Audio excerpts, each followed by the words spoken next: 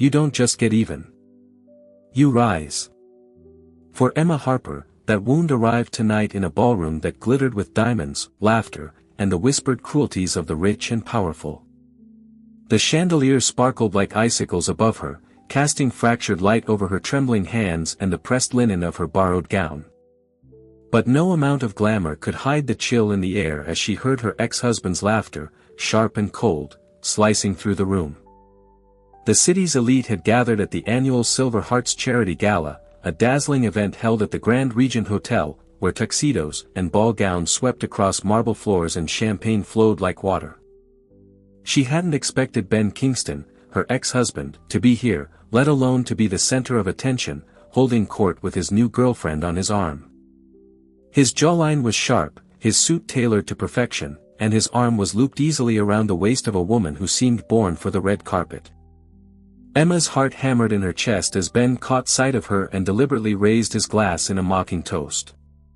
"Hey everyone," he called, not bothering to lower his voice. Emma felt a burning flush spread from her chest to her cheeks. She tried to turn away, to ignore them, but Ben wasn't finished.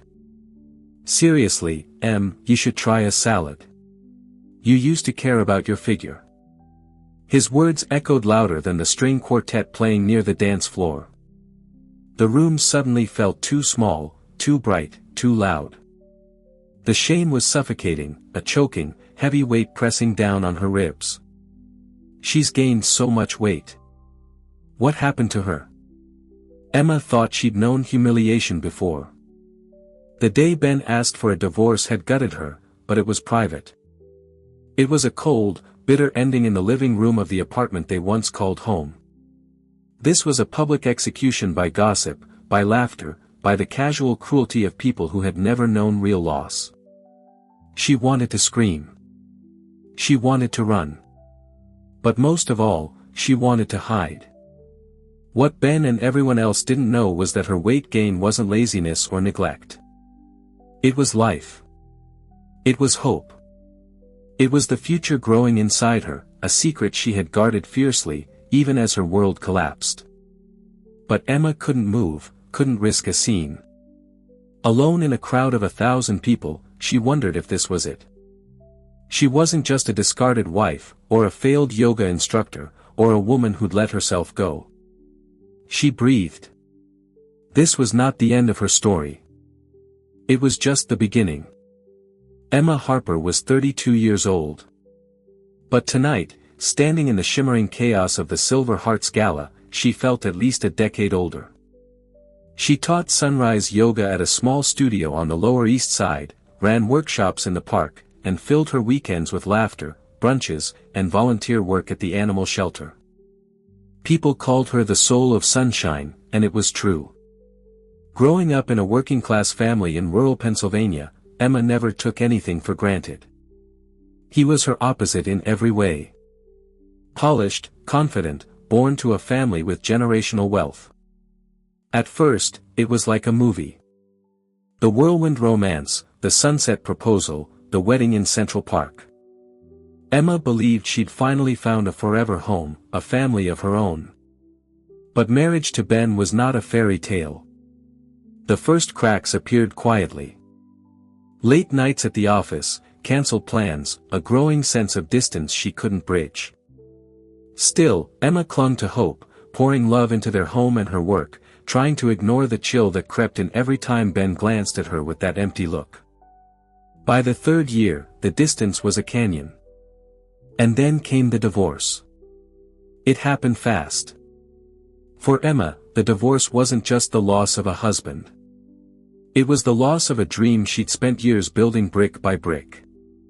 Emma lost her apartment. She lost clients at her yoga studio, as people suddenly took sides or felt awkward about the drama. She cut back on everything, groceries, hobbies, even her morning lattes.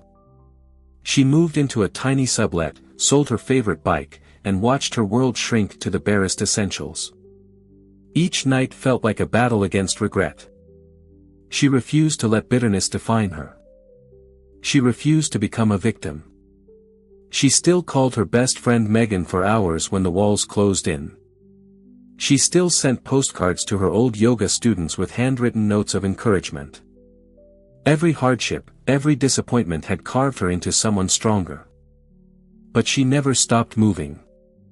She had inherited her mother's grit and her father's stubbornness. Even as her life collapsed around her, she dreamed of building again. But it wasn't just hardship that changed her.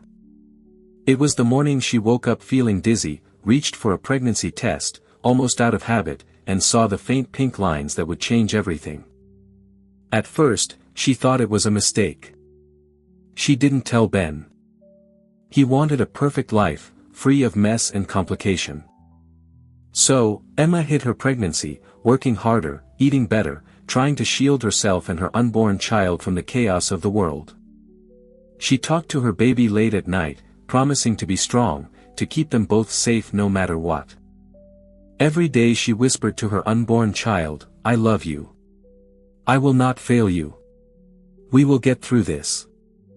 Now, standing under the chandeliers at the gala, Emma felt all those memories swirl inside her. The pain, the love, the loss, and the hope. She straightened her shoulders, trying to remember who she was before Ben, before heartbreak. But she had something no one could take away. She had heart. The Grand Regent Hotel was the kind of place people only saw in movies. For one night every year, the hotel transformed into the beating heart of New York's social world. Emma had never belonged in this world. Keep your head high, shoulders back, act like you belong. The men stood in tight clusters, sipping whiskey and talking in low, authoritative voices about hedge funds, art collections, and private jets. For most guests, tonight was a game. They played their parts flawlessly. Every laugh, every compliment, every lingering glance was calculated. Secrets changed hands as easily as business cards. It was a circus of luxury, and the ringmaster was always money. Emma scanned the room, hoping to find her friend Megan. She spotted her near the silent auction tables, deep in conversation with a couple of young tech entrepreneurs. Megan, petite and fierce, wore a fire-red dress and the kind of confidence Emma could only fake. Emma hovered at the edge of the crowd, her heart racing. Her makeup, done at home with trembling hands, barely covered the fatigue in her eyes. But her secret, the growing swell of her belly, remained hidden beneath the flowing fabric. Floor-to-ceiling windows framed the city skyline, the lights outside shimmering like 1,000 fireflies. Round tables gleamed with silverware, each one crowned by a centerpiece of white peonies and flickering candles. Waiters glided between guests with practiced grace, balancing trays of champagne and hors d'oeuvres. He laughed too loudly, held his new girlfriend too tightly, and basked in the attention as if the entire night was a celebration of him. His girlfriend, Jasmine Young, beautiful, with movie star hair and an attitude to match, looked like she'd been poured into her dress by a team of stylists. Two women behind her, dripping in diamonds, gossiped about old money and new scandals. A hedge fund manager loudly bragged about his latest acquisition while his wife scrolled through her phone, bored. At the next table, a local news anchor grinned for selfies with fans, her laughter as rehearsed as her evening broadcasts. Every detail of the night was designed to remind people like her just how far they stood from real power. Suddenly, a voice cut through the crowd. The MC, a silver-haired man with a broadcaster's charm, tapped his microphone. The room erupted in applause. Ben strutted to the stage, Jasmine clinging to his arm. People cheered and toasted him, their faces aglow with admiration. As she reached the hallway, she caught her reflection in a mirror, a woman alone, clinging to the edges of a party that was never meant for her. The city spread out before her, glittering and infinite. This was her secret world, a tiny, fierce hope that no amount of money or mockery could steal. The walls no longer seemed so close, the crowd less intimidating. For most of Emma's adult life, Ben Kingston had been the center of her universe, for better or for worse. She had loved him with a trust that once seemed unbreakable. And tonight, in the glittering ballroom of the Grand Regent Hotel, she was forced to see her ex-husband for who he really was. When Emma first met him, she'd fallen for the magnetic energy that filled any room he entered. He was driven but playful, sweet but also wickedly funny. She'd believed every word he said, let herself believe that together they could weather anything. As his career soared, he grew obsessed with status, image, and power. His impatience with her friends, the way he brushed off her ideas as cute, his complaints about her simple wardrobe or frugal spending. It was never enough to be successful. He needed to be seen as successful, envied, the man at the top of every social ladder. Emma did her best to keep up, but she could never shake the feeling that she was becoming just another accessory, another check mark on Ben's long list of accomplishments. Still, she tried to make things work. Emma told herself she was being paranoid, that Ben would never betray her like that. The final blow came on a rainy Thursday. Emma had surprised Ben at his office with his favorite coffee, hoping to rekindle a spark. She found his assistant, barely 25, all lashes and lipstick, sitting a little too close, their laughter sharp and private. Ben's smile faltered when he saw Emma, but he recovered fast, brushing off her visit as sweet but unnecessary. That night, he never came home. The next morning, he asked for a divorce. He moved on at a shocking speed. Ben seemed to revel in his new life, using every opportunity to remind the world, and Emma, how much better off he was without her. Tonight, Ben was in his element. Together, they were the kind of couple who looked like they belonged in magazine spreads, not real life. The insecurity, the relentless hunger for approval, the subtle digs and jokes that cut a little too deep. As the night wore on, Ben's cruelty became more pronounced. He made jokes about Emma's glow-up, a backhanded way of pointing out her changed appearance. It was one thing to lose the man you loved. She gripped her purse so tightly her knuckles turned white, swallowing back tears she refused to let fall. And when she no longer served his ambitions, he discarded her. As she watched Ben parade his new love before the city's elite, Emma felt the old ache in her chest.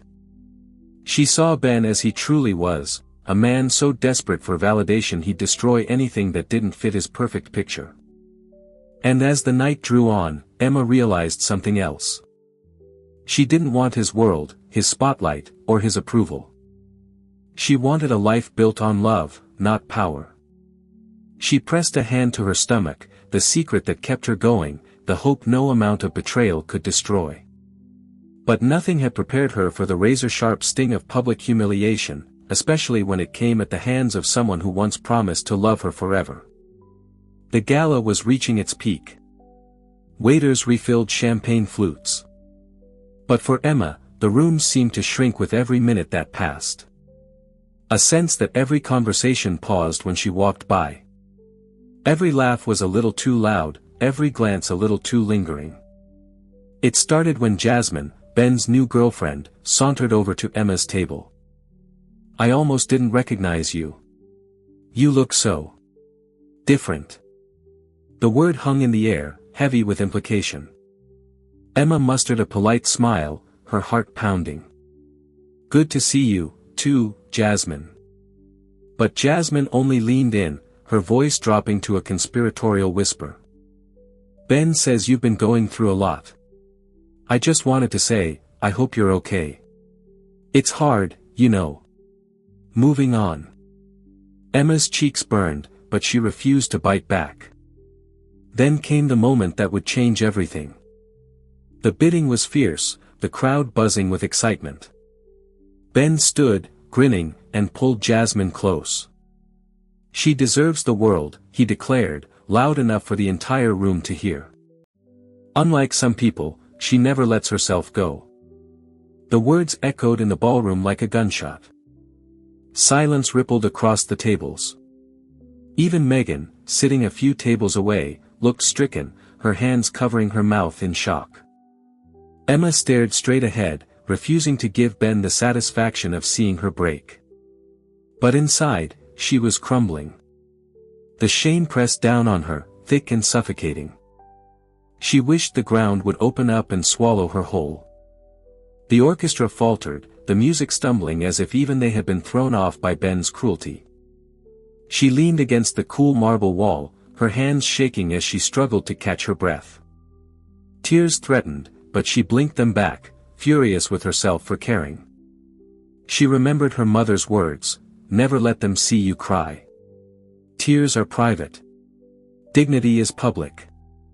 Not ever." Her face was pale, her eyes too bright, her lips pressed into a thin, determined line. She saw the exhaustion, the heartbreak, the years of trying and failing to be enough for a man who never deserved her. "You're okay," she whispered to herself. She thought of the secret she carried, the tiny heartbeat inside her that no one in that glittering room knew about. But Emma moved through it like a ghost, invisible to all but the most cruel. And yet, beneath the defiance, the wounds ran deep.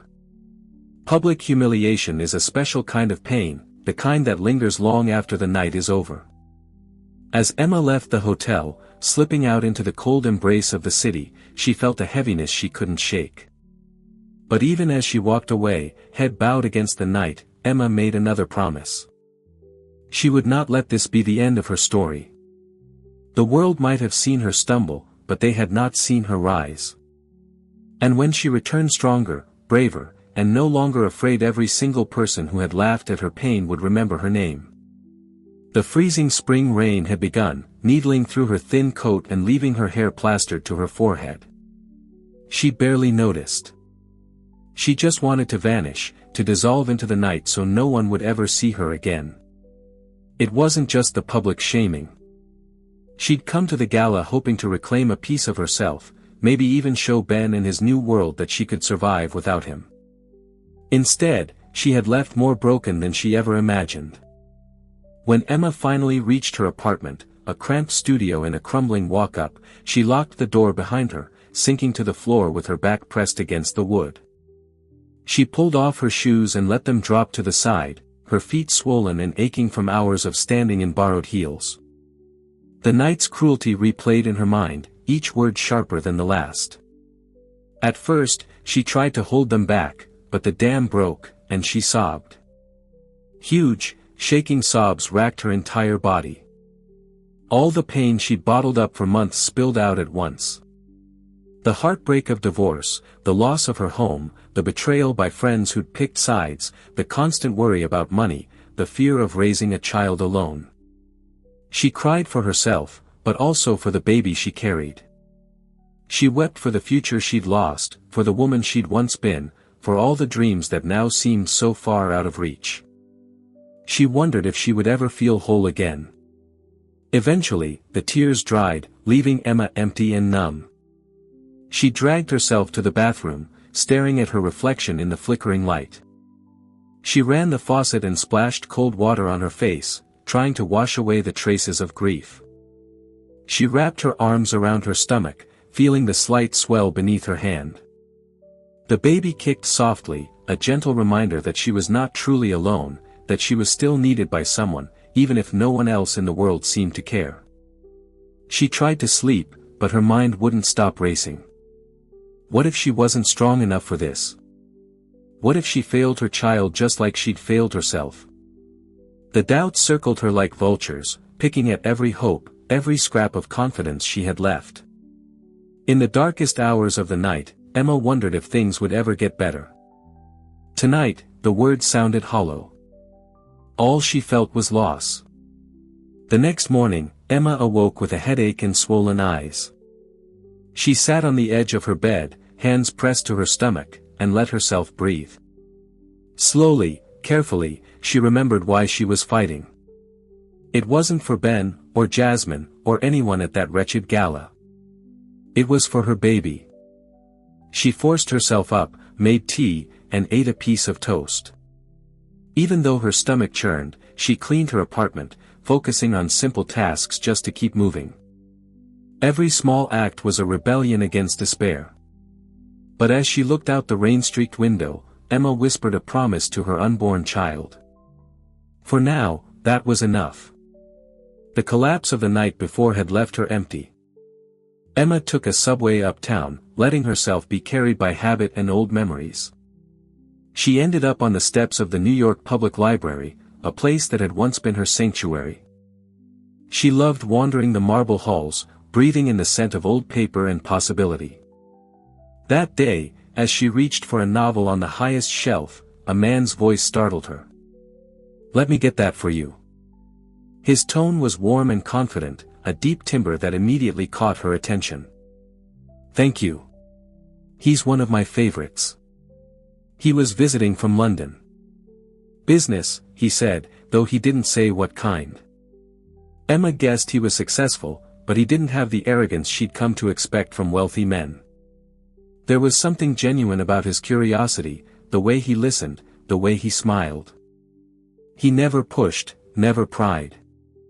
Emma found herself opening up in ways she hadn't with anyone since her marriage fell apart. Their friendship grew quickly. His fortune was the kind that most people only read about in magazines, but he never flaunted it. In fact, he seemed to hide behind a wall of modesty, more interested in good conversation than in power or prestige. One snowy evening, Alex confided that his late wife had passed away from cancer years ago. Emma, in turn, shared her own scars, the pain of her divorce, the loss of her dreams, the fear that she'd never belong anywhere again. In that soft, vulnerable space, something blossomed between them. Just one. It wasn't planned. There were no promises, no declarations. A reminder that she was still alive, still capable of love. The next morning, Alex left for London, their lives diverging with a sweet, bittersweet goodbye. Emma never expected to see him again. She certainly never expected what came next. A late period, the silent panic, the test turning positive. The situation was overwhelming. This child was a miracle.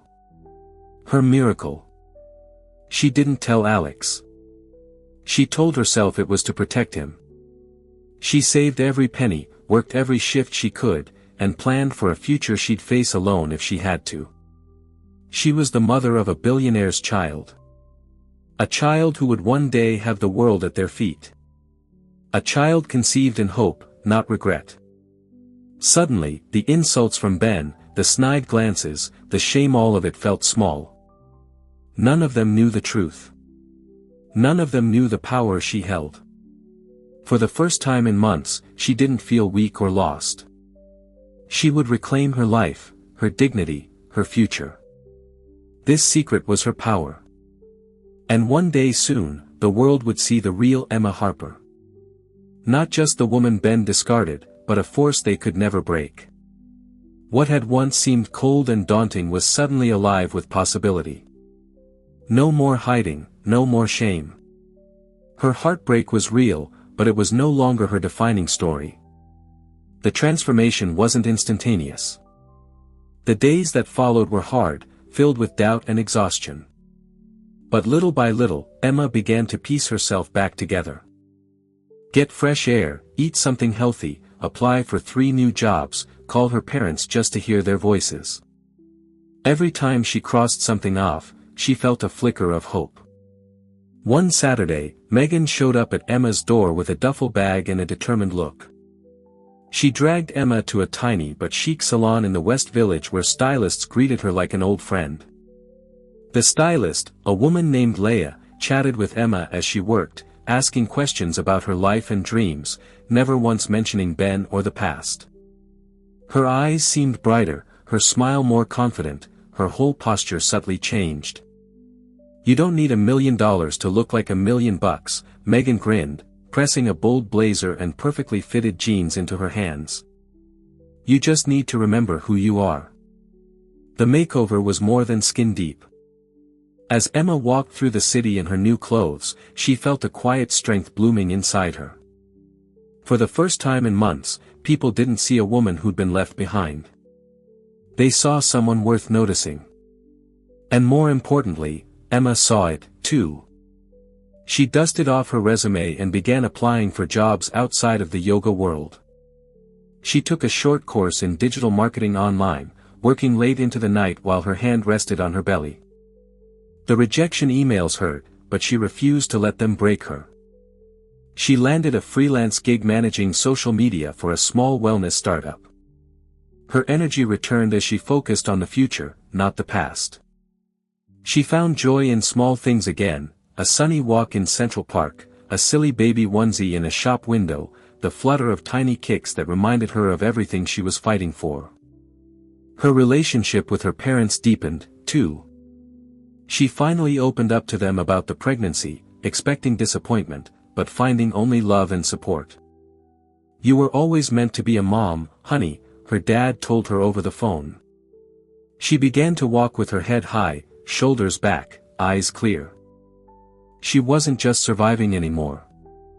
She was building a life worthy of her child. She joined a support group for single mothers in the city, and the women there became her tribe. They swapped stories of heartbreak and hope, traded babysitting tips and job leads, and celebrated every tiny victory together. By the time her belly rounded out and the city's trees turned green with spring, Emma was a different woman. She was a mother. She was a woman reborn. She pressed her hands to her belly and whispered, "We're going to be okay. We're going to be more than okay." She felt her child kick in reply, a gentle, perfect promise. Emma Harper was ready. She had become her own hero. The next time the world saw her, she would not be the woman they mocked or pitied. She would be the woman who came back stronger, and this time, she would write her own ending. There was an undeniable thrill in the air, a sense that everything was about to change. The day she would confront her past, not as a victim, but as a woman transformed. That day came sooner than she expected. It started with a phone call from Megan. And guess who's on the guest list? She hadn't seen Ben or Jasmine since that humiliating night months ago. She imagined their lives had only grown glossier, their circle tighter, their laughter louder. "Why are you telling me this?" Emma asked, her voice cautious. "Because you, my dear, are going to be there. Not as Ben's ex-wife, but as a woman who deserves to be seen. And not just seen, celebrated." Emma's first instinct was to say no, to shrink away from the spotlight she'd spent months avoiding. But something inside her pride, courage, maybe even a little bit of righteous anger said yes. This was her moment. She would not hide any longer. With Megan's help, Emma planned her return with meticulous detail. No detail was too small. Her hair was glossy and loose around her shoulders. Her makeup was elegant but bold. Her jewelry was simple but striking. Emma had an ally, the world-famous billionaire Alex Stanton, whose company was sponsoring the gala's biggest charitable initiative. Emma arrived at the gala on Alex's arm. Cameras flashed, guests craned their necks, and a ripple of whispers moved through the crowd. Ben and Jasmine stood at the center of the room, holding court as usual. But the moment they saw Emma confident, radiant, unafraid, Ben's smug smile faltered. Jasmine's eyes widened, her grip on Ben's arm tightening. Tonight's largest charitable endowment, a record-breaking $10 million, comes from the Stanton Harper Initiative, an organization devoted to supporting single mothers and empowering women in need. Please welcome Alex Stanton and Emma Harper to the stage. She glanced at Ben and Jasmine, catching their stunned faces, and for the first time, she felt nothing but pity. Alex spoke first, praising Emma's strength, resilience, and vision for the foundation. Then, as the spotlight fell on Emma, she took a deep breath and addressed the crowd, not as Ben's ex, but as her own woman. "Tonight," she began, "I stand here not because my life has been easy, but because I refuse to let hardship define me. We are all worthy of love, respect, and opportunity." The room was silent, wrapped with attention. "That's why I'm partnering with you, and why the Stanton Harper Initiative will change thousands of lives." He paused, then added, "And I couldn't be more proud to stand beside you as you prepare to welcome our child into the world." The crowd erupted in applause, reporters scribbling furiously, cameras capturing every angle. Ben looked devastated, his position as the center of attention usurped by the woman he once mocked. As the evening wore on, people approached Emma to thank her, to share their own stories, to ask how they could help. He looked desperate, a shadow of the man who once stood so tall. "Emma, can we talk?" he pleaded. This was her victory. Not just over him, but over every fear, every doubt, every moment she thought she wasn't enough. As she left the gala, hand in hand with Alex, the city sparkling around her, Emma Harper knew she had written her own story. The night air was fresh as Emma Harper stepped out of the gala, the sound of applause still echoing behind her. The city's lights seemed to shine just for her, washing the sidewalks in gold and silver. Every humiliation, every heartbreak, every lonely night had led to this moment. It wasn't a perfect ending, but a powerful new beginning. Alex squeezed her hand, his eyes bright with pride. "Truly, I've stood in front of world leaders and heads of state, but you inspired me in a way I'll never forget. Thank you, Alex, for everything. For believing in me when I couldn't even believe in myself."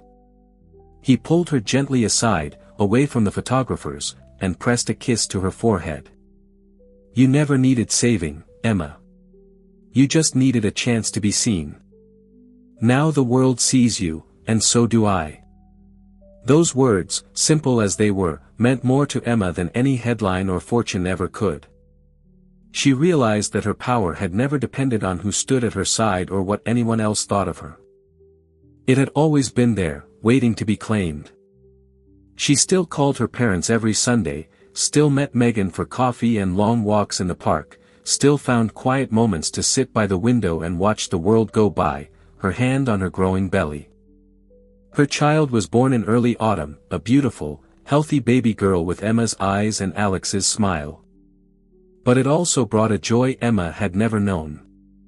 She was determined to be the mother she'd always dreamed of, fierce, loving, and unbreakable.